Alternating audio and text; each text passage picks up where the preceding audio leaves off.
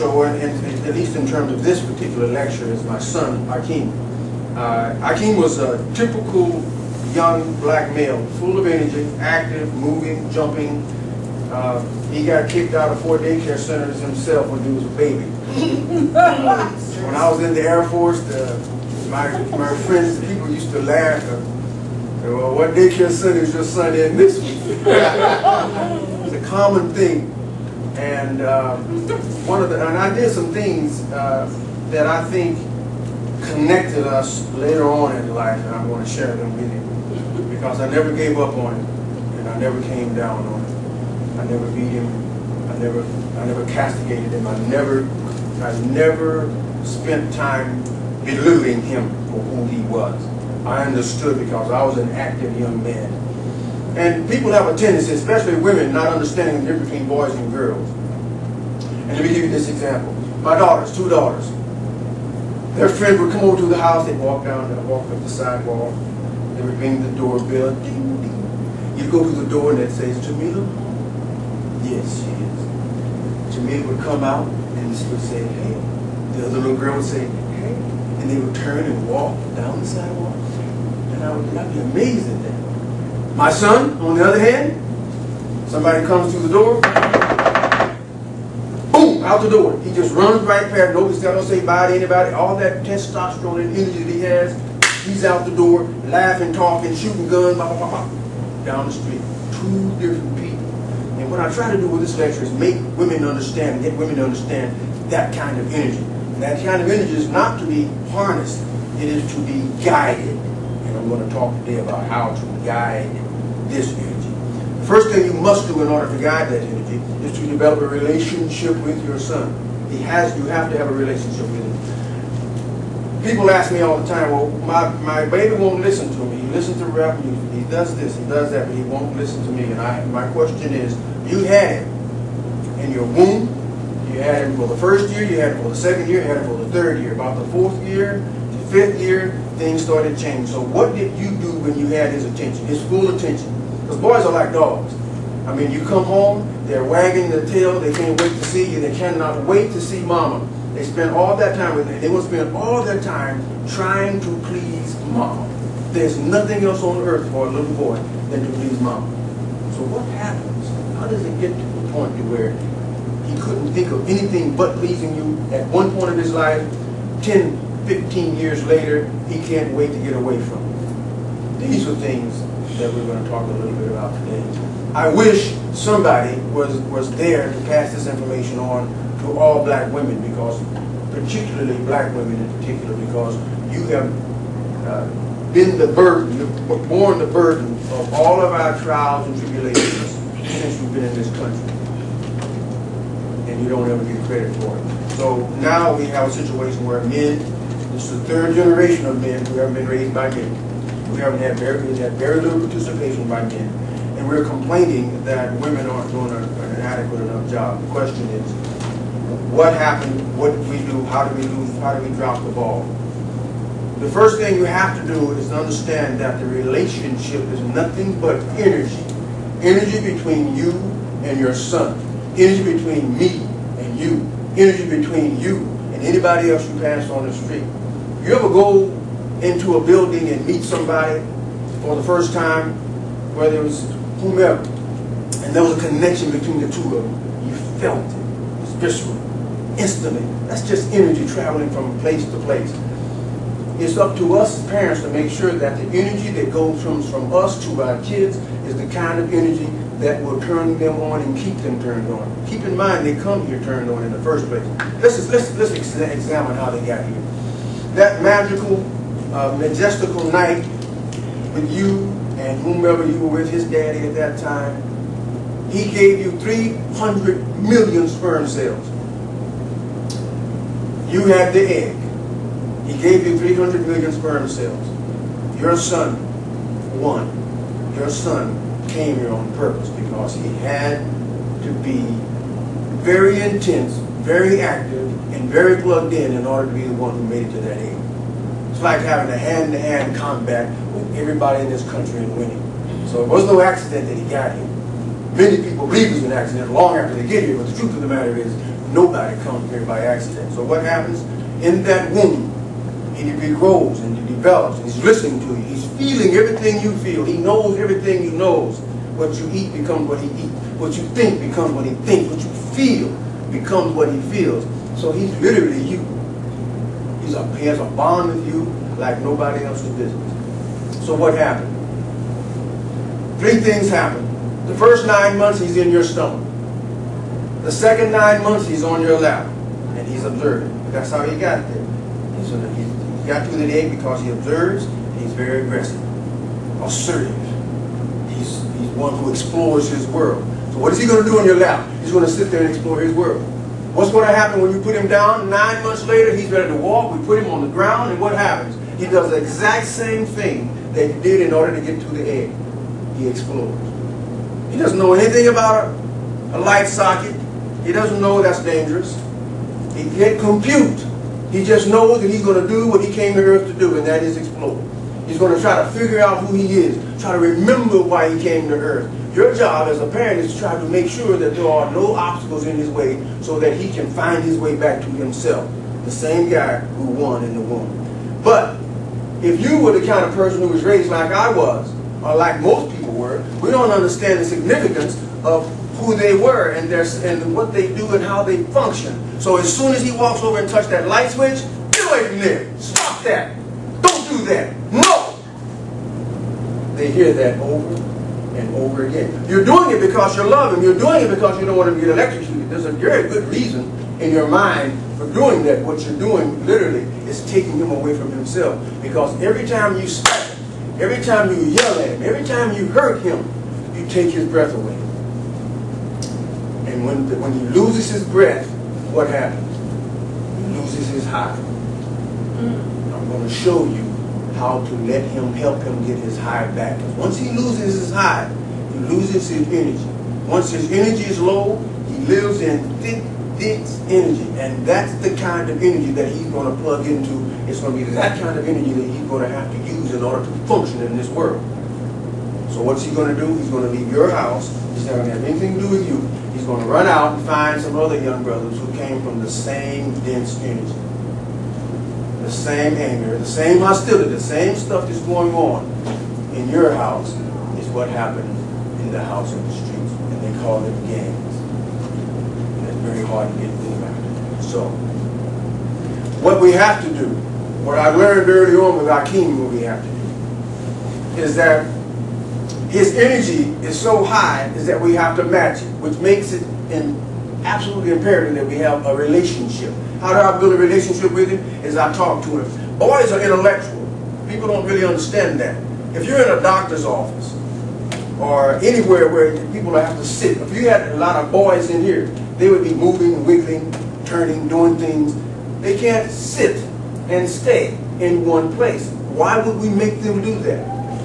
I mean, you have to ask yourself that question. Why would you do that? So when I took Akeem somewhere, I would make sure that there was a room to the side somewhere, or there was some room outside somewhere, and I would take him out. I wouldn't put him in a situation that he can't handle. As he got older, he could, but at 6 years old, 7 years old, he was having a tough time sticking still. But I see this all the time. The woman will come, the man will come, the parent will come, and they will make that boy sit there, or stand there, the whole hour and a half or 2 hours. That's absolute torture. I made sure that Akeem had space to be himself, to continue to play all the time. When I walk into a big department store, a lot of people want their sons to stay right next to him, don't move around, don't play, don't do. I would let him play. You could see the clothes moving because my boy is taking over the store. I wanted him to understand that wherever we went, he was a part of the solution. Wherever we went, he owned it. It was his.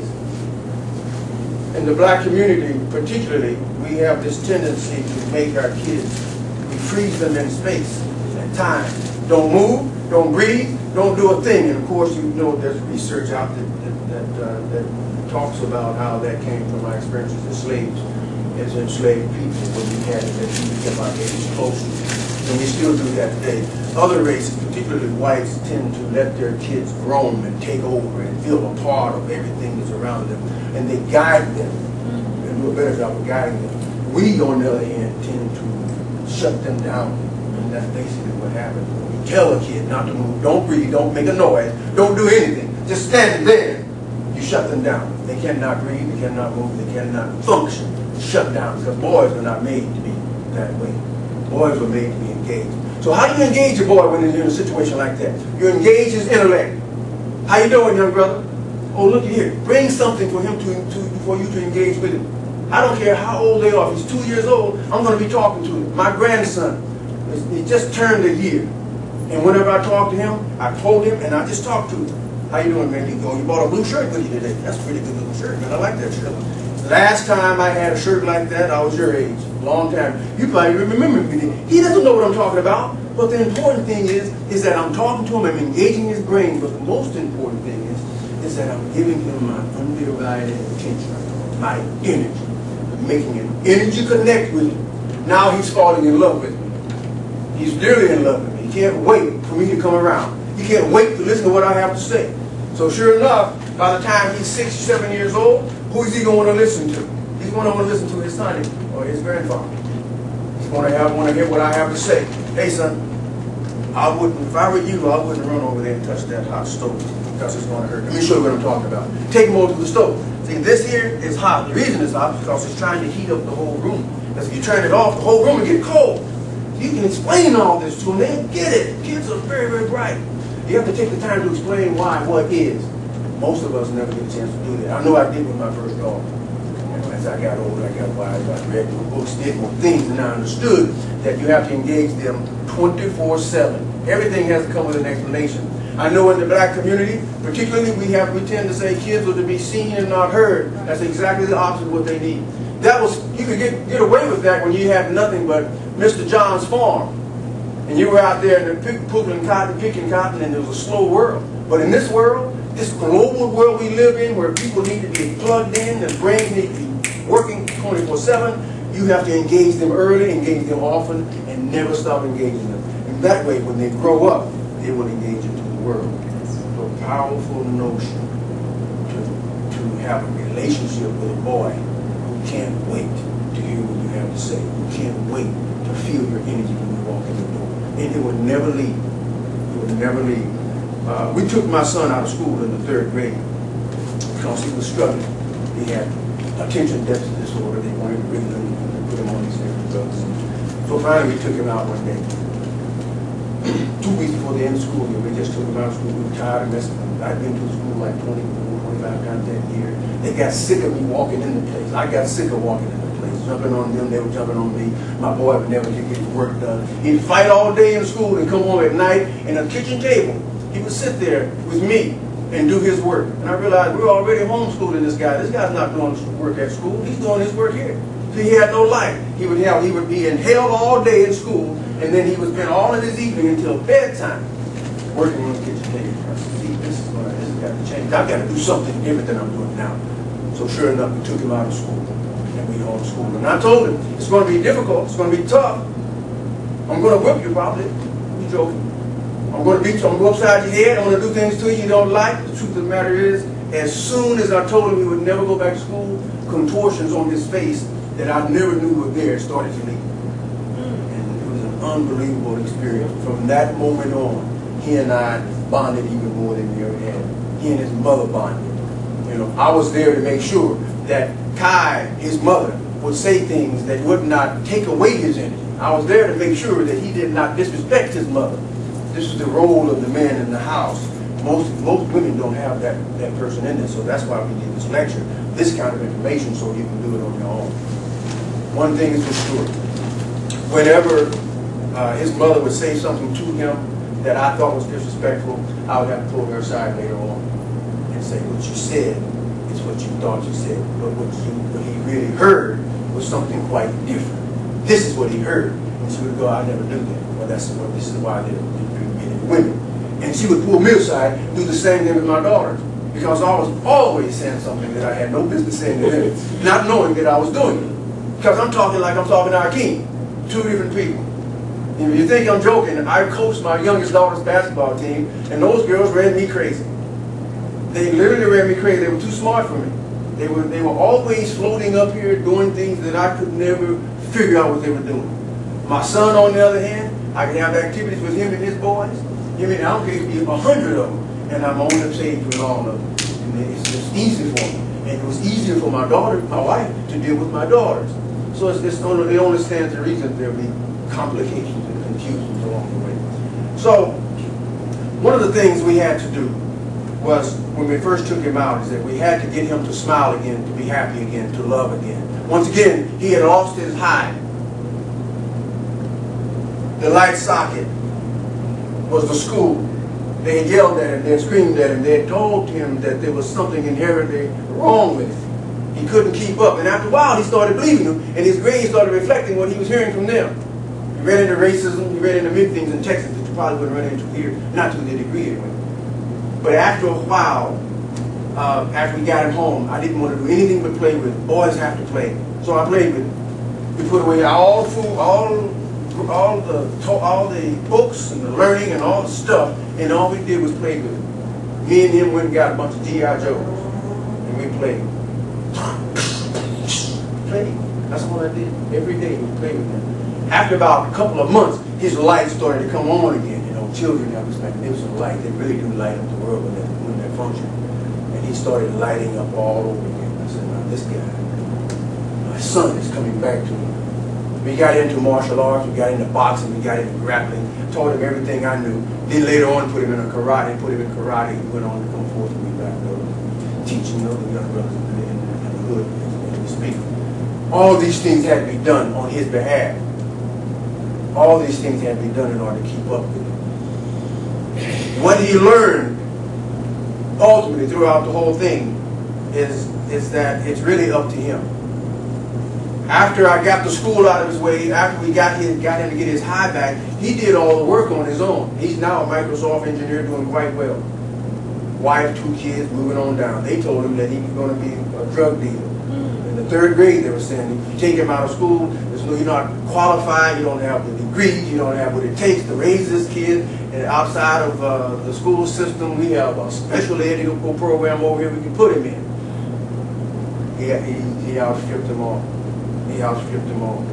All we did was get out of his way. All we did was make sure that his energy was right and he felt good about himself. When you feel good about yourself, there's nothing in this world, on this earth that can stop you. And that's basically what our job was, to make sure that he felt good about himself. He can't feel good if he's been yelled at. That hurts, and it takes his high away. How do we get high? You ever watch a baby breathe? Air is the most important thing on this earth. You can live weeks without food, days without water, but only minutes, moments, really, without air. And I'll tell you how important air is. If you watch the baby breathe, you would see the little bellies going in and out, because they take air all the way in and all the way out. They take it all the way in. That's why babies are high. They stay high. It's the air is that keeps them high. Literally high. So what happens how do we lose it? The first time little Johnny touches the light switch, we slap him, we yell at him, and he loses his breath. Literally loses his breath. Now if you ask the average adult to take a deep breath, they'll go. That means that they have air here. That's stopping the process of getting high. So now you need coffee to get high, you need weed to get high, you need aspirin, you need all kinds of alcohol, you need sex, all kinds of things to get your high back, because you lost the one thing that gets you high. The one thing that gets you high is what? Your air. And once you get yelled at, screamed at, taken out of the game, now we're in a situation where you no longer feel high. Get your high. So the first thing we do is teach them how to get their high back. I work with kids out there, youth, young tough brothers who lost their high years and years ago. And this is how we get them back. First thing I do is I teach them all to take a deep breath. And they take a deep breath, they take a deep breath just like everybody else. The whole shoulders. And I said, that's all wrong. Let's do it again. And I will teach them how to push their bellies out. All you have to do is use your hands. And I'll tell them, take a deep breath, push your stomach out, and then you take it back and push it back in. So you train yourself after about 2 minutes of taking a deep breath.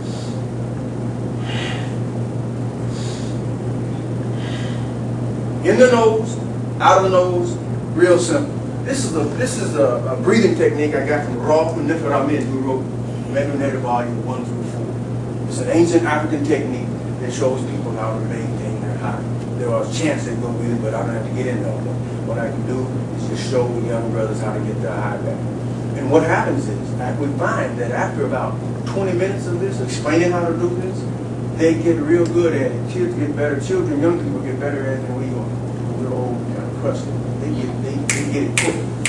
They get it quick. And I teach them how to breathe. Once we get their breathing, the whole world settles down. And once their world settles down, then I start talking to them about what? Self-talk. What do you say to yourself? What do you think about yourself? Who gave you those thoughts? And I teach them a real simple concept. Your brain is like a computer CPU or computer brain. Your screen is how you see the world. It's what you see when you look in the mirror. It's what you see when you go out into the world. It's a screen. And what's on that screen is based on what's on that CPU. Who typed on the CPU? If you were like most people, you had a parent who did not know that when they said, "You just as dumb as your sorry daddy," you just typed that on a nice shiny disk. It went right in here. You're stupid. You're bad. You ain't gonna never be worth nothing. See, it's on the computer. Wow. It's what he sees. Now he's not high. He lost his high because he got yelled and screamed at. And now they typed in at those emotional moments, because the worst thing you can do, the quickest way to input this information is to bring up emotion at the same time. You're stupid. You're just like your dumb daddy. You ain't gonna never be nothing. So those words are going straight in, like 10 times. 10 times. It goes right into his emotion. It goes right into his heart. It goes right into his soul. Now he believes to the core of his being that he ain't gonna never be nothing. That's the only thing that's on his screen. I ain't gonna never be nothing. So I don't care if I die in a hell of bullets out here at age 15, because I ain't gonna never be nothing. No way. This is what he learned. This is what they typed on his brain. That's all he knows. When we get high, and I teach them to get their breathing back, the first thing I do after that is to show them how to do what? Erase what's on their mind. Erase what's on their CPU. Erase what's in their computer. Change the vision that they see out of the screen. And you can do that. The quickest way to do it, the best way to do it, is to first get your high back.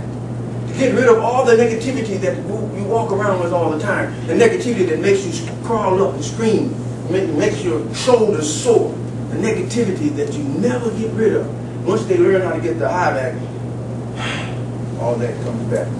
Once they're in that position of high, that state of high, that state of wonder, now you can tell them, I am all powerful. I am a magnificent young brother. I am going to be great when I grow up. I'm going to take care of my mother when I get ready. Don't think that doesn't work. When I was about 15 years ago, my liver went out.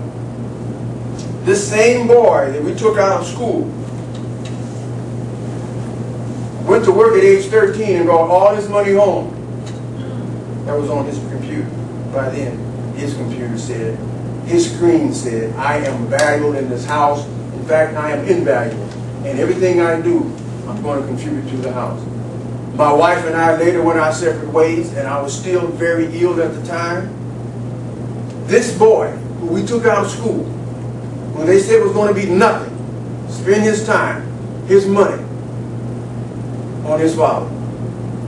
I was living away. He bought me a computer so that I could continue my work. He bought me, welcome Dr. Africa, please, LC. He bought me all I needed, my clothes. Anything I needed, he bought to me, he gave it to me. This young black boy gave it to me. And on top of that, he sent me money to live on. Made sure that he had access to my bank account. And every month, he sent money from his bank account to my bank account so that I could exist. So, if you want to have a good reason to take care of your babies when they're early, when they're young, how about doing it for selfish reasons? Nothing wrong with that. Go ahead and get selfish and say, you know what, I want this boy to take care of me. I promise you, he will.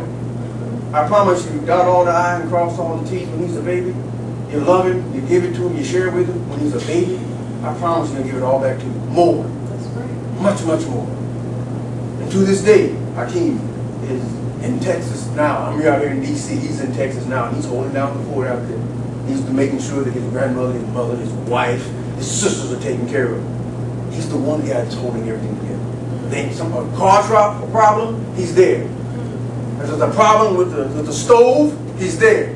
He takes care of everybody because we took care of him first. And I will never forget one time when I'm getting back on my feet and I'm thinking about all the things he's done for me. And I said, son, you've done a lot to help me. You're there for me. Why did you do that? He said, Dad, I remember when you used to come to the school and talk to those, there were a few racist white teachers he had to deal with. And he said, I remember when you used to come through the door, how good I felt, how proud I was, because I knew you were there for me. I knew that they could not tell you the lies and you would not believe them.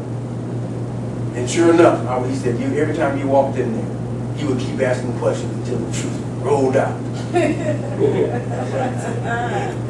This is my boy. And this is why he took care of me later on in life when I needed it. So I'm saying that this stuff is not only necessary and essential for him, but it's necessary and essential for you. It's necessary and essential for our community. We can do this thing inside one generation. We just have to help brothers. Primarily have to help sisters who are raising brothers.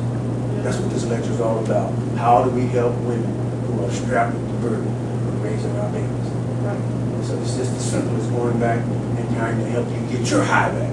How you get high? You breathe. You learn how to breathe. Learn how to eat the right foods. Buy books from people like Dr. Affirming.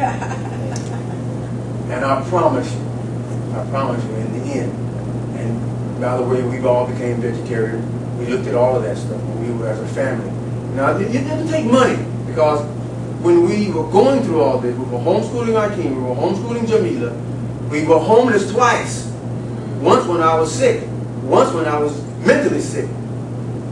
So you don't have to have the money. I hear people telling all the time, well, if you don't have the money, I've got to have this grant, I got to do that. And don't think I didn't think about moving away from my family, because they put it on the table. If you get away, you get rid of that guy, you have a place to stay. We'll make sure you have food. Wow. We'll make sure you have everything. You just got to get rid of this guy. And don't think I didn't think about doing it. Wow. On the other end of that, my boy. That's what I call him, my boy. My dad called me his boy. His dad called him his boy. That's what I called him, my boy. My boy was there for me because I was there for him first. The reason I was there for him is because my dad was there for me. See, it goes, that's what it works. We can fix this thing. The key is helping black women raise black boys.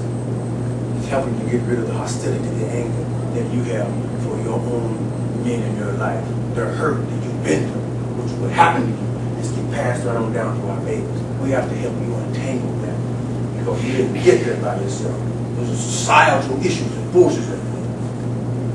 We have to change that. So we have to step to you to make sure that you get the kind of help, the kind of loving, the kind of nurturing, the kind of affirmation that you need in order to pass this on down to your sons. So you put our communities back together, and this can be done. Inside of one generation, I believe this, it can be done inside of one generation. The key is the black woman. The key is how you felt, how you are vibing. What do we do to make sure you get what you need? First, is we need to get your high back. One of the things I do is that even here in D.C., I speak to every person I see. You will not pass me on the streets without me hearing you say, how you doing? I was in New York yesterday, in Harlem, inside of a place. A young brother came in, bleeding, and he asked the storekeeper. He said, man, you got a napkin? Yeah. Gave him a napkin, he walked on out. Past his pants sagging. And before he left, I said, young brother, you doing all right? You gonna be all right? He looked at me. He said, yeah. I said, you take care of yourself. You hear me? You take good care of yourself, young brother. And I patted him on the shoulder. He turned and walked away. The guy in the store said, see, that's what I'm talking about. Look at his pants sagging. And I asked him a question. Do you think he was born like that? What happened to him? Somebody took that boy's high. He's a shell of who he could be. All I did was affirm him. All I did was let him know that he's a human being worth caring about. And it changed his energy immediately. And sure enough, he went out there and talked for a minute, and I noticed him pulling his pants up. This is what I saw. I'm not telling you what I read. All it took was one kind comment from one caring adult and changed his whole life. So what happens when you, as a black woman, as a black man, start supporting black women more with their sons, stopping to make sure it's all right? Conversely, here in D.C., I saw a young brother struggling with his mother, and I saw a black man walk up to him and grab him by the, he said, boy, you better respect your mama. And he pulled him up and yanked him. See, I disagreed with that. I know we say back in the day, we could get whipped all up and down the street by different people. But the difference is that people up and down the street cared for us. People up and down the street let us take their food. You know, Miss Crenshaw had wonderful sweet potato pie. May not have been healthy, but it was good. Right? I knew what her food tasted like. If something was going on in my world, I could go to Miss Crenshaw's house, Miss Taylor's house. So yeah, they could whip me. They could jack me up. But that's not all they did. They did many things to earn that right to jack me up. You see what I'm saying? That's what's missing, is that we allow these young boys to be raised by these sisters who are hurting, who've been raped and abused and all kinds of things happen early on in their life. And there they are sitting with this tremendous responsibility. We watch that take place. We watch little Johnny grow up the way he grows up. Plays football. And we ignore him until some white coach comes by and says, little Johnny, you want a scholarship? Little Johnny goes up and makes big money. Becomes a Republican. And we wonder why. Because the only one who reached out to him, and I'm not saying the guy cared about him. He saw dollar signs when he saw him. We didn't see dollar signs when we saw him. We just watched that sister struggle. We just watched her over and over and over struggle with this little Johnny.